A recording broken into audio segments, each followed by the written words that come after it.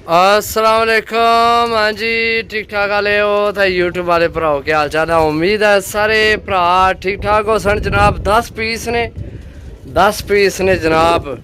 सही है, 270 रुपये पर, 270 रुपये पर जनाब। 10 पीस चेक करो जनाब, 10 पीस। और चिट्टी भी तुम चेक कराने मतलब तुम समझो कि पट्टी वाली है, पट्टी वाली नहीं जनाब, वो भी उड्डने वाली है। सही है, भी नवे परां विच, यह भी नवे परां विच, यह भी नवे परां च, यह भी नवे परां च, यह भी नवे परां च, यह भी मादी जनाब नवे परां विच। सही है, यह 9 ने तुहाडियां अखां ने सामने। यह 10वां एक जनाब मेरे कोल है गोल्डन। सही है, चेक करो। सिर्फ इसकी पकड़िया ताम है ये यारा जिस बंदे को लेन ना, वो बंदा ना राती ढकने किधर इसना पैर आड़ गया विच ही, दरवाजे विच ही, तो राती सारी मस्कीन लटके आ रहा है, तो पैरे जनाब दर्द निकल गया। इधर 2 तीलस इस अख विच। सही है, ए तो क्यों नाहन भी कट्टन गए से, ए तको ना नाहन भी यार मस्कीन ने कट्टन गए। सही है, ए चेक करो, ए चेक करो। सही है, बाकी जनाब 270 रुपये नहीं जनाब डील है।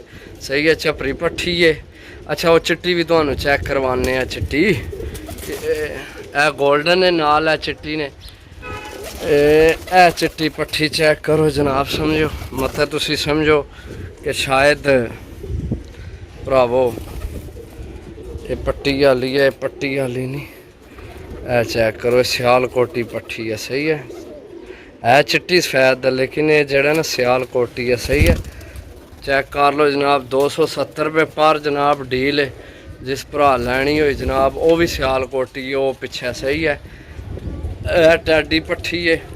सही है, ए जनाब देसी है विच पट्ठी, पट्ठी है मेरा ख्याल पट्ठे भी नवे परां विच है। चेक करो। सही है, ए टैडी ये भी नवे परां विच है, ए गोल्डन ये भी नवे परां विच है।